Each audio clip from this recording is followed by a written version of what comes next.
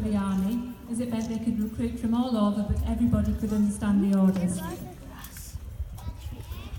The first manoeuvre we're going to show you is what they would use to defeat a cavalry charge, and it's called the contre-equites, which just means an anti-cavalry manoeuvre. They'll use the shields and the spears to form a defensive hedge, which no horse would go up against.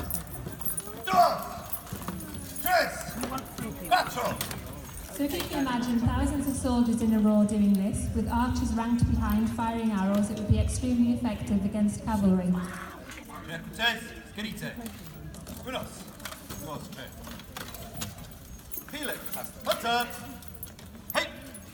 The armies that the Roman soldiers went up against were extremely brave and very skilled warriors, but they didn't fight as a team. And this gave the Roman army a great advantage in that they could fight together in formation in an extremely disciplined way, rather than fighting as individuals. So this gives you another opportunity to see the contre-equites from a different angle. You can see how well the shields fit together, just leaving enough room for the weapons to go through.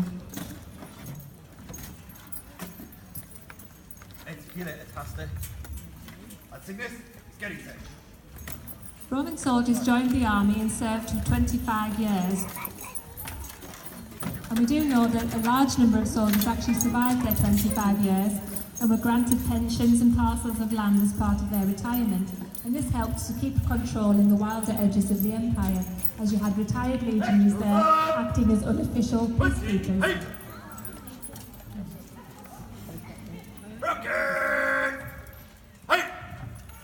The Roman army paid a good wage, and part of that would go into your pension fund and also into a burial fund. And this means that we know quite a lot about soldiers who served in the empire, because they left behind a great collection of tombstones with lots of information about them on them.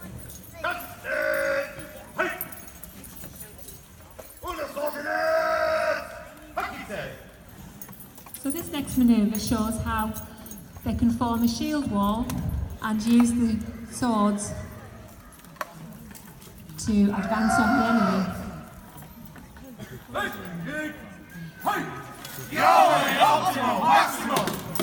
And what they shout when they draw the swords is Jove Optimo Maximo, which is basically a prayer to Jupiter, greatest and best.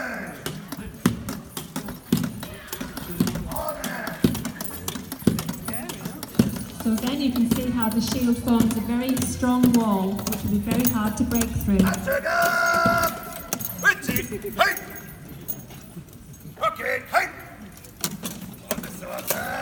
The armies that the Romans fought against were very lightly armoured.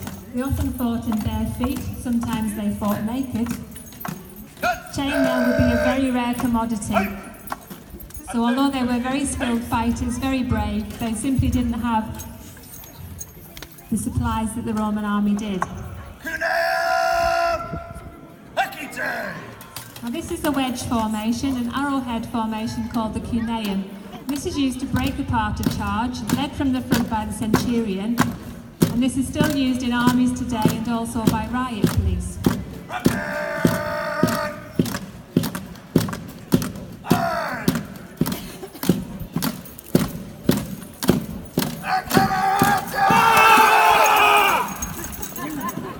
There must be some Celts down at the front there, I think.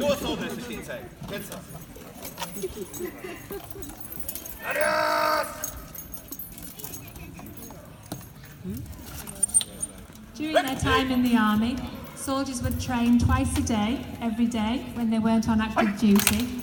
And when they were doing weapons training, they used wooden swords, but these were lined with lead, so they were twice as heavy as the real weapons.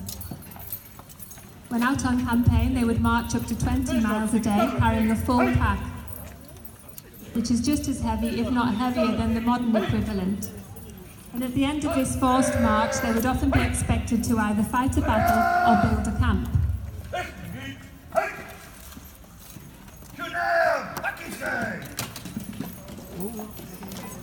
Now we're attacking the other side.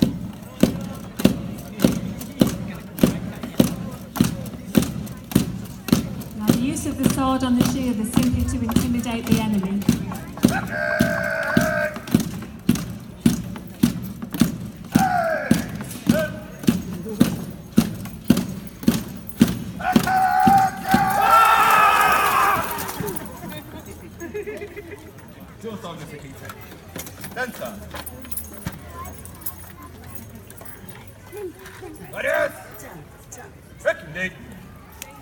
The emperor at the time we depict today was called Vespasian, and Vespasian came to power after a time of great civil unrest and civil war in Roman times, and this followed the death of Nero, who was not a popular emperor. Following his death, there was a great struggle for power in the year known as the Year of the Four Emperors. But Vespasian was the one who ended up with the power, and he was a safe pair of hands. He'd served as a soldier in Britain and never really wanted power, but he actually turned into a great emperor who brought the empire back to a period of peace and stability and prosperity. And one of Vespasian's great legacies is that he actually built the Colosseum, which in those days was called the Flavian Empire Amphitheatre, after his family name.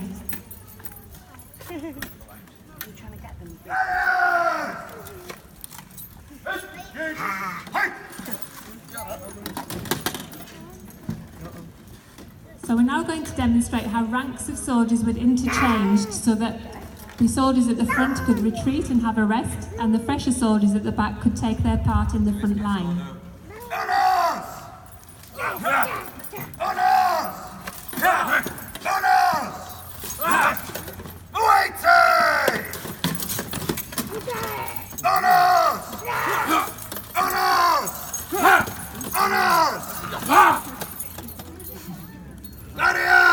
So from an enemy point of view, you've constantly got soldiers coming at you, but they're interchanging, so they're actually getting a bit of a rest at the back.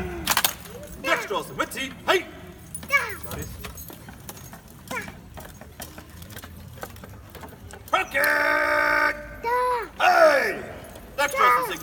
as the foot soldiers that you see today, the Roman army employed lots of different sorts of soldiers. Cavalry was a great force in the Roman times, as were archers. But as well as being trained in specific areas of combat, they were multi-skilled. So Roman soldiers would also be engineers, priests and doctors. So when they were out on campaign, they were totally self-sufficient. They didn't have the large baggage trains of later armies. Now we're demonstrating one of the most famous manoeuvres of Roman times, which is the testudo or tortoise. And you can see how it gets its name. They use the shield to form a shell around themselves. If you can imagine you're an archer, you'd have to be very, very accurate to get either their feet or through the little tiny gap at the front. And it also protects them from missiles when they're approaching enemy fortifications. And we have been known to throw small celts on the top, and it has held. The small celts weren't very happy. We did make sure we made a small celts, to be fair.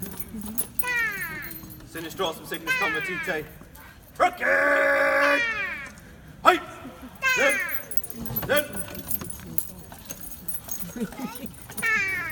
The 8th Legion that we represent was never in Britain as a full unit, but we did have a small cohort of exhalation present in Britain, and in the River Tyne they found a shield buff which mentions the 8th Legion, so we know that at least part of the Legion were present in this country.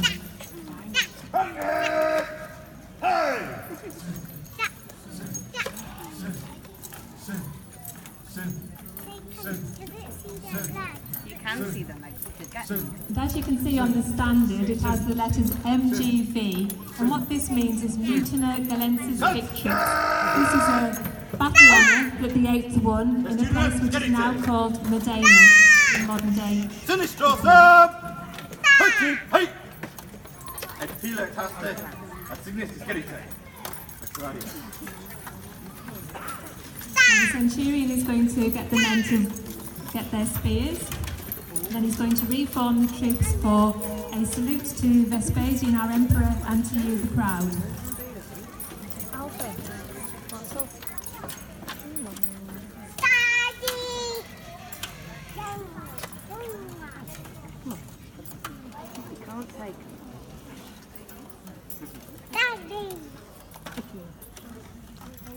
Vespasianus, Ove Imperatorus! Ove! Ove! Ove! Well, ladies and gentlemen, I hope this has given you a bit of an insight into the Roman army and a bit more information for you. But after the the show as the soldiers move up. Do come and see us in the living history, which is just through the gates here.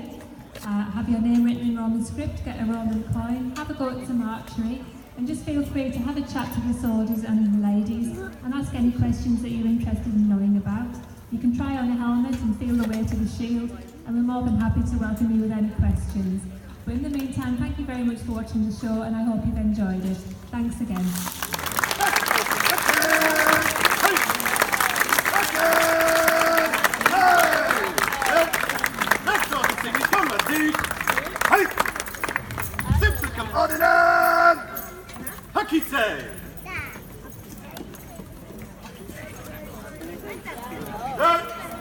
The thing is right. Right. With this pump on, page maker, Leo.